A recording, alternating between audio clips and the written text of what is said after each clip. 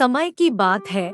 पहाड़ियों के बीच बसे एक आरामदायक छोटे शहर में लिली और टिम्मी नाम के दो सबसे अच्छे दोस्त रहते थे। वे दोनों 5 साल के थे और स्कूल का पहला साल शुरू करने वाले थे। उन्होंने अपनी गर्मी घास के मैदानों में खेलते हुए, तितलियों का पीछा करते हुए और समुद्र तट पर रेत के महल बनाते हुए बिताई थी। लेकिन अब जैसे जैसे गर्मियों के गर्म दिन शुरुआती शरद ऋतु की ठंडी हवा में ढलने लगे, उनका उत्साह घबराहट से भर गया। लिली के घुंघराले सुनहरे बाल थे जो हवा में नाच रहे थे और उसकी आंखें रात के आकाश में सितारों की तरह चमक रही थी। टिम्मी लिली से थोड़ा छोटा था, उसके बिखरे हुए भूरे बाल थे और उसकी आंखों में हमेशा चमक बनी रहती थी। जब वे बच्चे थे तभी से वे अविभाज्य थे और अब वे एक साथ एक नए साहसिक कार्य पर जाने वाले थे, किंडरगार्टन। स्कूल शुरू होने से एक रात पहले लिली और टिम्मी सो नहीं सके। वे सभी प्रकार की चिंताओं से भरे हुए अपने बिस्तर पर करवटें बदल रहे थे। क्या होगा अगर शिक्षक हमें पसंद नहीं करते? लिली फुसफुसाए। टिम्मी ने जवाब दिया, और क्या होगा अगर हम अपनी कक्षा में किसी को नहीं जानते? क्या होगा अगर दूसरे बच्चे हमारे दोस्त नहीं बनना चाहते? उनकी कल्पनाएं क्या होगा यदि के साथ अनियंत्रित हो गई। जैसे ही भोर की पहली किरण उनके शयनकक्ष की खिड़की से खुली, उन्होंने किसी बुद्धिमान और अनुभवी व्यक्ति से सलाह लेने का फैसला किया।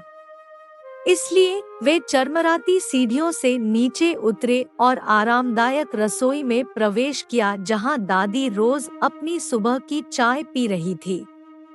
दादी, टिम्मी ने अपने चेहरे पर चिंतित भाव के साथ कहा, हम आज स्कूल शुरू कर रहे हैं और हम बहुत घबराए हुए हैं। दादी रोज अपने पोते पोतियों को देखकर गर्मजोशी से मुस्कुराई और अपने पास की खाली कुर्सियों को थपथपाया। बैठो मेरे प्यारे, उसने कहा, स्कूल शुरू करना एक बड़ा कदम है, लेकिन यह एक अद्भुत साहसिक कार्य भी है। लिली और टिम्मी अपनी कुर्सियों पर बैठ गए और ध्यान से सुनने लगे जब दादी रोज ने आगे कहा, स्कूल एक ऐसी जगह है जहां आप अद्भुत चीजें सीखेंगे। आप नई कहानियां खोजेंगे, दिलचस्प पहेलियां सुलझाएंगे और ऐसे दोस्त बनाएंगे जो जीवन भर आपके साथ रहेंगे। लेकिन क्या होगा अगर दूसरे बच्चे हमें पसंद नहीं करते? लिली ने पूछा। दादी रोज ने धीरे से हंसते हुए कहा, ओ मेरी प्यारी लिली, बस अपने जैसी रहो और तुम्हें ऐसे दोस्त मिलेंगे जो तुम्हें वैसे ही प्यार करते हैं जैसे तुम हो। याद रखो, दोस्ती एक खजाने की तरह है जिसे तुम तब पाते हो जब तुम दयालु और खुले दिल वाले होते हो।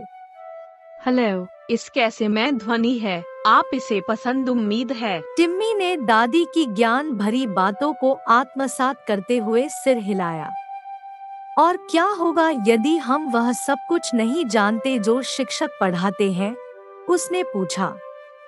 जवाब देते समय दादी रोज की आंखें चमक उठीं। सीखना एक यात्रा है मेरे प्रिय टिम्मी। कोई भी शुरुआत में सब कुछ नहीं जानता। महत्वपूर्ण बात यह है कि सुने, जब समझ न आए तो प्रश्न पूछे और हमेशा अपना सर्वश्रेष्ठ करें। जितना अधिक आप सीखो, तुम उतने ही अधिक आश्वस्त हो जाओगे।